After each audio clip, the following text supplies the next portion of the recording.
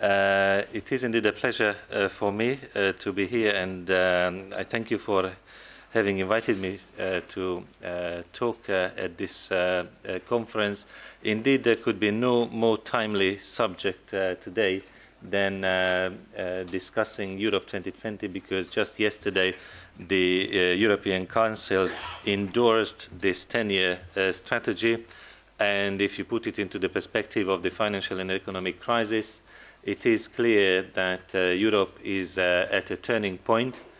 And to the extent I understand the situation in this country, Belgium is in a way also at a turning point, and it's right to discuss the two together. Indeed, when we outline Europe 2020, we have to look back on the Lisbon strategy. In a way, it is a successor, but a successor of the Lisbon strategy that was designed with all the lessons learned from the Lisbon experience. But it's on the one hand a continuation of the Lisbon approach. On the other hand, I think the lessons from the financial and economic crisis have also been learned. 64 years was close to 62%, compared to an average of 65% on EU level. Focus should be put on promoting active aging policies to retain all the workers on the labour market, including through a reform of the pension system. Early retirement should be avoided, if possible. The precarious situation of migrants and young people should also be addressed. In 2009, the youth unemployment rate in Belgium stood at 21.9%, which is above the EU average of 19.6%.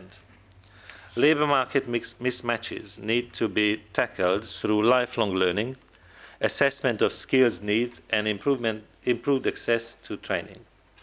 Active labour market measures need to be strengthened, and the unemployment benefit systems need to be adapted so as not to act as a disincentive to work. We have a wide range of tools at EU level to support Member States in their efforts, from the soft instruments such as mutual learning and peer reviews, to the more binding ones such as the integrated guidelines and the recommendations to the Member States. I am pleased that the European Council has also endorsed the integrated guidelines for the new Europe 2020 strategy, including the employment guidelines. The final adoption will take place once we have the opinion of the European Parliament on the employment guidelines, which is expected to take place early autumn. I am particularly pleased that the European Council has confirmed the main elements of the Commission's proposal. First, a more coherent set of guidelines, which is smaller in size from 24, which was previously, to only 10 guidelines. A stronger employment and social dimension, this is the second point, with 4 out of 10 guidelines covering these policies, employment and social dimension combined, including a new social guideline dealing with social exclusion and poverty exclusively. The employment and social guidelines altogether pursue 4 interlinked objectives. First, increasing labour market participation and reducing structural unemployment through adequate flexicurity policies. Flexicurity is the right policy framework to tackle the current segmentation of labour markets, to improve transitions between jobs, and to ensure a better functioning of the labour market. We need to ensure that flexicurity is implemented in an integrated and well-balanced manner.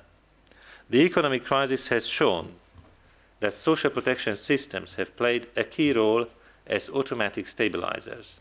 At the same time, it has also shown that reforms and social protection levels have been uneven across Member States. Advancing reforms of social protection will be central to improving flexicurity across the European Member States. Second point, developing a skilled workforce and promoting the quality of jobs and lifelong learning. Acquiring new skills and competencies is a key challenge in our constantly changing economies. Every person must be able to increase their employability and broaden their career prospects. Such a system must go beyond compulsory education. We need to offer second chance opportunities and provide people with the necessary incentives to constantly invest in qualifications and skills. European workers need to be equipped with the new skills for new jobs. Labour supply and demand need to be better matched through better labour mobility, both professional and geographical, and through better anticipation of future skills needs. Thirdly, improving the performance of education systems at all levels, including by increasing participation in tertiary education and tackling early school leaving. If Europe is to take an active and successful part in global competition, we need to make sure that our education systems are of the highest quality and that they are affordable and accessible for all. The EU is currently lagging behind in terms of educational performance. For European universities, few European universities rank among the world's top 10 universities, despite our advanced economic position. International tests on basic school competencies have also generally put European countries in the middle field of the group of economies we compete with. Improving the performance of our education systems is a precondition for improving our competitiveness. And fourthly, promoting social inclusion and combating poverty through equal opportunities. This includes access to affordable, sustainable and high-quality services, effective anti-discrimination measures, and modernized social security and pension systems. This guideline is particularly important because it aims to tackle the growing inequalities across Europe and to improve economic, social and territorial cohesion, building on the 2010 European Year for Combating Poverty and Social Exclusion. As I said earlier, one of the key lessons learned from the past Lisbon strategy was the lack of ownership. One of the most important issues for the Commission is to ensure better involvement of the European Council in the Europe 2020 strategy.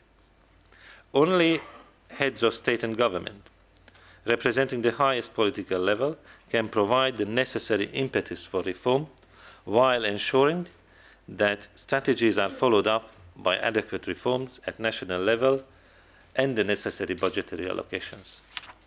We must also find ways of involving key stakeholders in the monitoring of progress. This is fundamental to the success of the strategy. Events like this conference are important as they bring together to make real change. There are a number of key dates for the Europe 2020 strategy. This roadmap will stretch well into the second half of this year, when Belgium will hold the presidency of the Council. As I have already mentioned, the European Council has endorsed the new integrated guidelines politically. The European Parliament will adopt its opinion in September. As a result, the formal adoption of the strategy is unlikely to happen before October. On the basis of the integrated guidelines, the Member States will draw up the national reform programs, which will set out in detail the actions they will take under the new strategy. In the meantime, the Commission will propose a reinforced and more transparent assessment methodology to respond to some of the criticism that were raised under the Lisbon strategy. The European Council will assess the overall progress achieved both at EU and national level every year. Macroeconomic, structural and competitiveness developments and overall financial stability will be examined together. Finally, this year, the Commission will make proposals on the 7 flagship initiatives outlined in the Europe 2020 strategy. The flagship initiatives will support the achievement of the objectives set under Europe 2020. In this connection, I intend to propose an ambitious new skills and jobs agenda and a platform against poverty in the autumn period.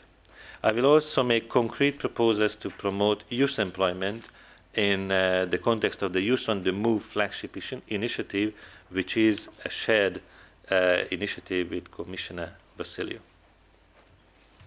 Ladies and gentlemen, in conclusion, I would like to stress again that 2010 is indeed an important year, a turning point in the history of the European Union. You have seen that the recent events, the recent 6 months of the financial and economic crisis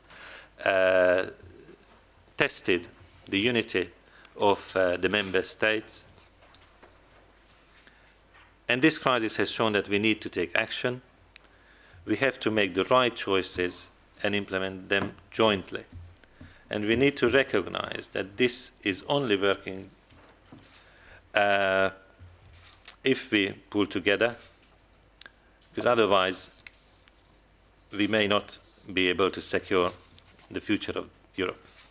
I know that Belgium, as one of the founding countries of what is now the European Union, has always been very committed to European integration in general and to economic and employment policy coordination in particular. I look forward to working with the Belgian authorities during the second half of this year. In fact, this cooperation has already started because we had to have a lot of preparatory meetings with a number of government officials. And I hope that today's conference will give you the opportunity to take part in some interesting and stimulating discussions, including on the subjects which I outlined in my introduction. Thank you very much for your attention.